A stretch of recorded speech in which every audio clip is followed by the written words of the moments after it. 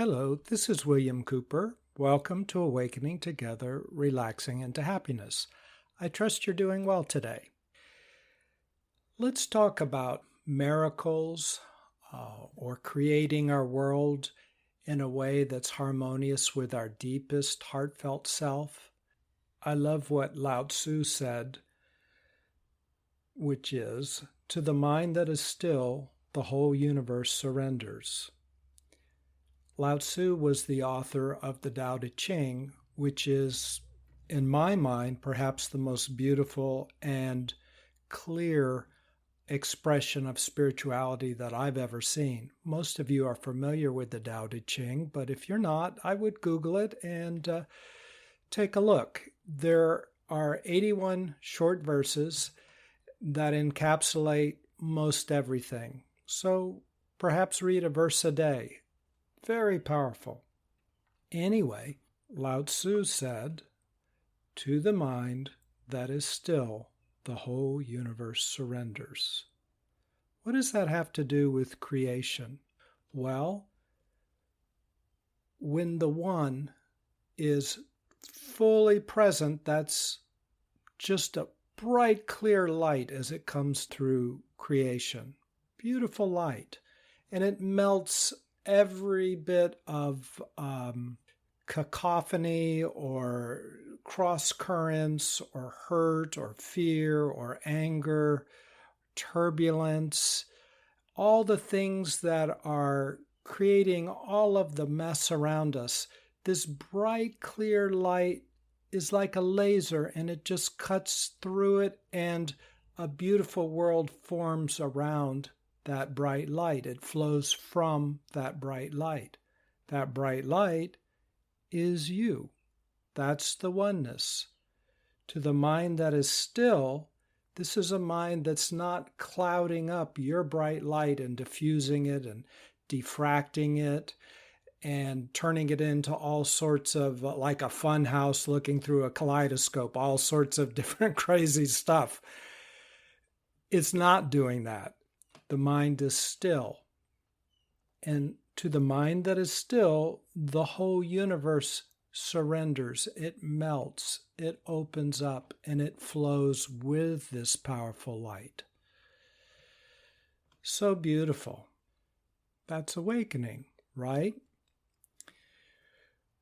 In our separation, when we're not awakened, because we're separated from ourselves, we create all sorts of thoughts and lenses and personalities. We fracture inside from one bright laser beam focused light into 1,000 little diffused lights going this way and that way, counteracting each other, 1,000 voices inside. That's why when we sit down to meditate, our heads just spin. There are all these voices inside. Or as we go through the day, we have so many voices. We're divided inside because we're not still. We're fractured. Awakening is a healing of all that. All of that fracture melts until there's just a oneness that flows through you. It flows through our body and our mind, and the world forms around it. A beautiful world. And just like an ice cube melts under a bright light, under the sunlight, our divided world melts under the sunlight of our clear awareness. So as we've described in past podcasts, different ways for these lenses that divide us, that separate us, to melt. As they do, our light becomes more focused and strong, which is what it is at the source. Anyway, we're always that way. The oneness, which is you, is always that way. It only gets divided when it shines through a kaleidoscope called our personality. But it feels good to feel ourselves. Now, I know we like stories. We've talked about that in past podcasts, and therefore, we have the power to create stories called Maya, create delusion, and that's why we enjoy separation to the degree that we enjoy it, But at some point it gets to be too much. And we just want to be ourselves, our true selves, our happy self, our peaceful self, well-being, having abundance in our life and being able to flow and feel happy, to express happiness. Because we love this, we love silence. We love nature. In the midst of all nature is silence, because nature doesn't think. The oneness just flows down through nature very powerfully. Even in the midst of rustling leaves in a forest, there's a silence. Or in the midst of the waves, you can hear silence even in the midst of the roar of the waves, or in the midst of a thunderstorm, because nature doesn't cloud things up. It just flows. We love nature. We love ourselves when we're quiet, when we're harmonious, when we're in the zone. We don't have all these cross currents. It feels so good because that's our true self. The point of following our dreams is to find our true self. Our true self is always there, but we cover it up, as we've talked about in past podcasts. So as we awaken, our mind is still. And as our mind is still, the bright light of oneness flows down through us, and the whole universe surrenders. It forms around us. Because that's so unusual, we're not used to that, we'll often call it a miracle. This sudden change, like things opening or changing or healing, we'll call that a miracle. Why not? But really it's very natural. It's just, remember, everything is made of the same thing. It's made of the infinite. Everything is made of love. It's simply shaped by the Creator, which is the One. And on an individual level, the One flows down through each of our individual expressions, and so creation happens through, quote unquote, us, the seemingly individual expression of the infinite. When we're clear, creation is clear and fulfilling and wholesome. It feels good. When we're confused and broken into a million pieces inside with 1,000 voices, what we create seems very disharmonious. But we're creating all the time, aren't we? All the time is a miracle. When we look at the world around us right now, we created that world. The world that is around us, we created it, and those around us helped. Our community, we created that world. It's a miracle. We just are used to it, so we don't think of it as a miracle. If we're sad and angry inside and fearful, we might create violence and trouble and arguments with our neighbors and all sorts of problems. That's a miracle. It's just not one that we enjoy. We get tired of these kind of miracles. But it's being created because consciousness flows down through the lens of separation, in this case, and those lenses are made of fear, hurt, and anger, so it makes a picture or a creation of fear, hurt, and anger. The clear consciousness flows down through our lenses and creates a world of fear, hurt, and anger. As our lenses melt, as we awaken, our mind becomes still. And then the previously created universe, created by us, surrenders. It opens. It turns harmonious and lovely, beautiful. So that's creation, and that's how we create. What I used to think at one time was, okay, I get it. I don't want to have negative things because they will create other negative things, so I won't have them. So I would make a decision, don't think negative things. if you have a negative thing, if I experience a negative thing, push it away, push it down. But you know what? All that was doing was repressing those negative things, putting them where I couldn't see them. They weren't dissolving out of my system. I just was not allowing them into my consciousness. We have a cat named Nico. And when Nico is upset with something or scared of something, he likes to stick his head under a pillow or under a couch. You see his body sticking out, or at least his tail, but in his mind, if he doesn't see it, it doesn't exist. That's what we do, right? If we have a thought in our mind, we push it under, and if we don't see it, it doesn't exist.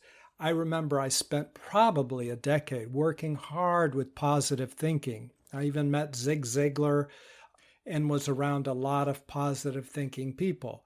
And in my mind, if I did not allow the negative, only the positive could happen. I didn't dissolve the negative, I just pushed it down where I couldn't see it, kind of like how Nico does. The problem is that lens is still there. It's just underneath the surface. So as I created in my world, I created both positive, which was flowing through the positive lenses, and I was cultivating those. And I also was simultaneously creating negative that was flowing down through the still existing negative lenses that I was simply choosing not to acknowledge. I hadn't discreated them, so they still existed. When you create something, it exists until you decreate it, until it dissolves. And again, in our past podcasts, we've talked about that plenty. But you want to let things dissolve rather than hide them. Let them dissolve. Then they just don't exist in your system at all. It's not something you have to work with because it doesn't exist anymore once it dissolves.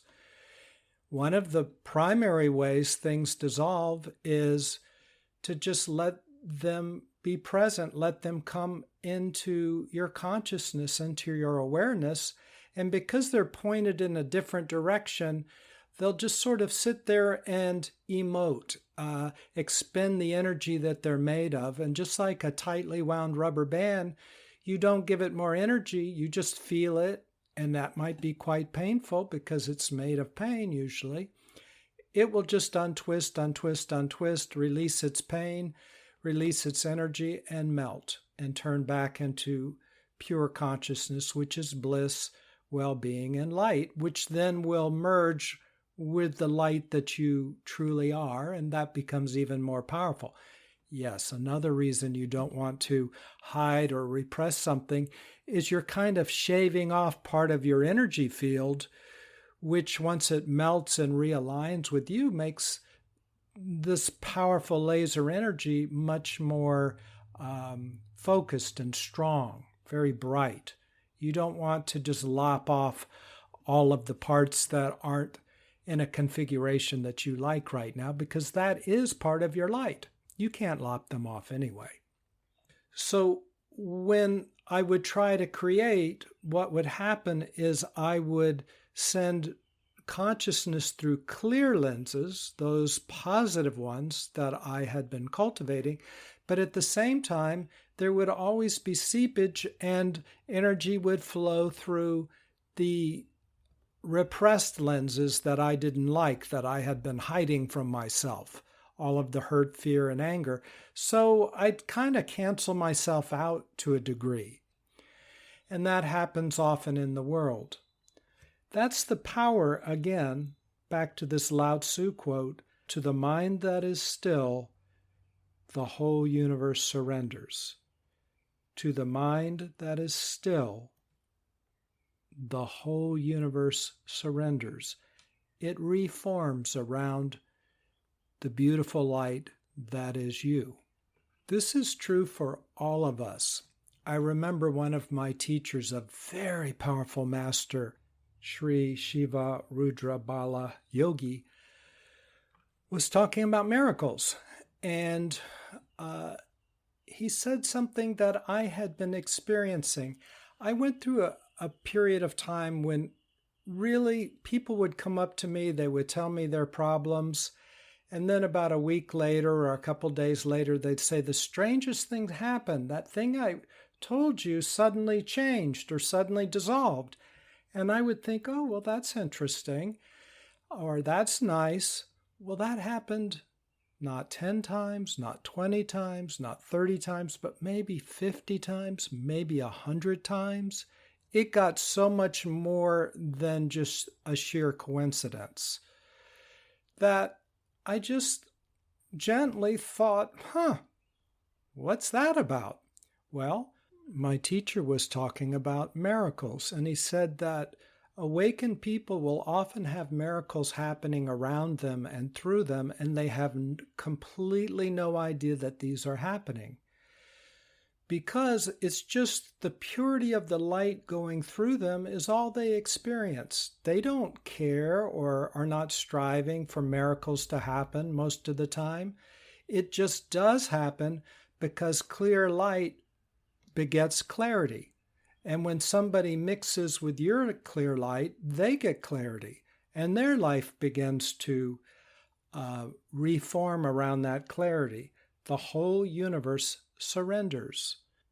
And just like you, we are ordinary people. These miracles happen through all of us all of the time. Maybe we notice them or maybe we don't. I just had the advantage that I was leading a spiritual group at the time, so people would come up and talk to me about all sorts of things. So I started getting feedback. But these things happen to you also.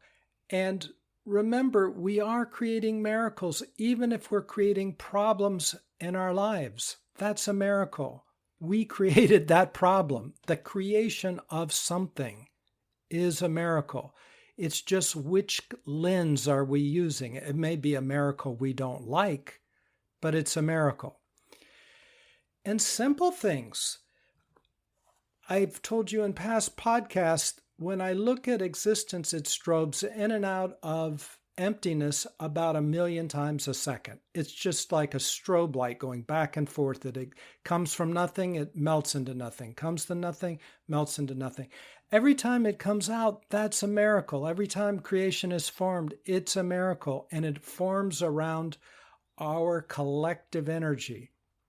We hold this universe in place.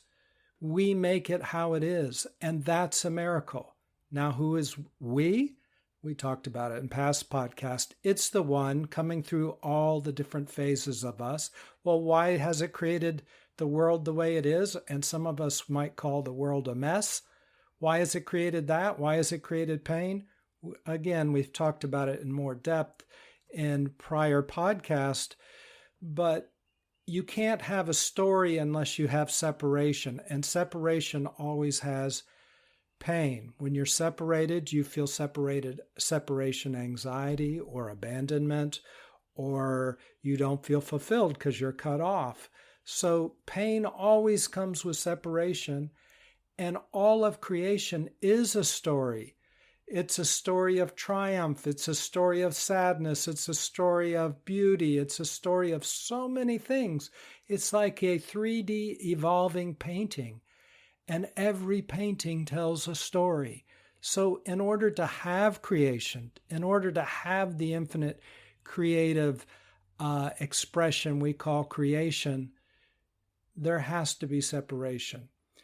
And what we're talking about now is the one in the giant story has decided to come through you and through me in a more clear way. That's why you're listening to this podcast. There's something that's decided it's time for clarity in your life, right? Because you remember times when you didn't have that clarity, when you didn't care to listen to podcasts like these. But now you do. So the one has decided it's time for clarity, and it's inevitable. It will happen. I like the quote that I've quoted at other times in other podcasts by Ramana Maharishi. He talks about you, the oneness, making a decision and that decision will happen. It's like such clear light, back to Lao Tzu, who says, to the mind that is still, the whole universe surrenders. Well, your world surrenders to that still light that is you, that light that goes through the still mind that is you, the oneness. So another angle, another way to look at it is from the ground up, and that has to do with Ramana's quote. And what he said is, whatever is destined not to happen will not happen. Try as you may. Whatever is destined to happen will happen. Do what you may to prevent it. This is certain. The best course, therefore, is to remain silent. I like that quote. And it kind of dovetails with what Bhagavan said, that if he holds an image when somebody requests something and it won't stick in his mind, he knows it won't happen no matter what he does. And if it does stick in his mind, he knows it will happen no matter what he does. So you, the one, is that powerful. When you decide something, it will happen no matter what, and nobody can prevent it. When you're coming from that deep clarity, sometimes when the clarity is so great and your light is flowing so clearly, you can have radical shifts in the universe right before your eyes that will surprise even you. On my website, I wrote a piece called Miracles, and you might enjoy that writing because it talks about things that I have personally seen and experienced, either through others or through myself. And you can read so many other people's accounts. So miracles are these days pretty accepted, I'd say, by people who have been at this for a while. But still, it was very startling to me because I grew up in a world where miracles just didn't seem possible, or not these days. Some of the miracles I allude to just are kind of crazy things, like once I was standing in line at a coffee shop. I had just done yoga. When it came to be my turn, the barista handed me a glass of coffee, and it blew up in my hands. Coffee went everywhere. There was a long line, people were screaming, and we were all a little bit shocked. But I thought, well, it's a bad cup. So he hands me another cup. Oh, I'm sorry. He has a rag, he cleans me off, and he hands me a second cup. Boom! It blew up in my hands. The third cup, he gave it to me in a paper cup. And I went back a couple years later, and he recognized, he said, aren't you the guy that all the coffee cups were blowing up in his hands? Well, that bright light was flowing through me. I did not expect this to happen. I did not even think about bright light flowing through me. I'd just been doing my yoga. I'd been doing my meditation every day, just like you. Just an ordinary guy getting coffee, and boom. Another time I had a necklace I got from India. It turned into ashes. I had it on my bureau hanging over a picture of a guru, and I saw this dust, and I thought, well, that's strange. I probably should dust more often because I'm getting a pile of dust. I came back some days later, and there was just a pile of ashes. Now, what did that mean? Was that a real miracle? I don't, my own mind, I don't know. Another time in India, but it is strange, huh? All these things, they add up. It's like when all those people came up to me and said, this happened, and this happened, and this happened. Well, after 50 or 100 of them do it, you start thinking, well, any individual one of these things might be a coincidence, but all of them put together, something's going on. Same with these occurrences that have happened even in my life, and I'm just an ordinary meditating person, just like you. I'm no big guru or anything. I'm you. I'm like you. This is true for all of us. Jesus said, those that come after him would do even greater miracles than he did. He wasn't saying, I'm the big shot Jesus. He was saying, this is happening through me. I think he just was as surprised as anybody Just like my other teacher said, these things just happen and you don't even know that they're happening. And the world around us is created through us, whether it's created problems or created brilliance and beauty and life-affirming what we would call miracles. It's happening naturally, and we don't think a thing of it because it flows through us naturally. Another time I was in India, and I was visiting Sai Baba up in Puttaparthi, and I remember some friends, I was at a restaurant, and they had tofu scrambled eggs, and that was rare to get, and I had some good coffee, and I was eating my breakfast, and these friends came up, and they said, we're going to go down to this museum a couple blocks away because it has a picture of Sai Baba, and ashes come out of Sai Baba's picture endlessly, and they periodically just sweep the ashes off, and we just want to watch them come out of the picture. And by that time, I had seen so much stuff like that and seen so many quote unquote miracles that the bigger miracle was to get a tofu scramble in India that I said, no, I'm just staying here and eating my breakfast. So when you go to these different environments, the value of it is you start to see possibilities that here and where I live, you would not believe would be possible. Yet they do happen. It is true, to the mind that is still, the whole universe surrenders, and it will form in the way you desire, your heart's desire. Because I can promise, just like Ramana said, do what you might to make it happen or not happen. The one that is you is the whole universe, and it's made of love, and it loves you because you're part of the whole. And so your deepest dreams will manifest. They will happen. How do I know? Because you will make it happen, and you are the infinite, all-powerful one that's shining through your incarnation. You will make it happen. There may be a drama around it. It may be a process. It may take an instant or it may take a lifetime. I don't know the time span because there's a drama that you've created, that I've created, that's fun to live, even though at sometimes we don't feel that it's fun. It is fun to live, and we will play out our drama. That is part of the miracle, our drama that we've created. So enjoy it. But your heart's desire will be fulfilled, guaranteed. Okay, I look forward to talking to you again soon. Take care. Bye. Hello, this is William. If you've enjoyed this podcast, please consider sharing it with somebody else. Send them a link. Thanks so much.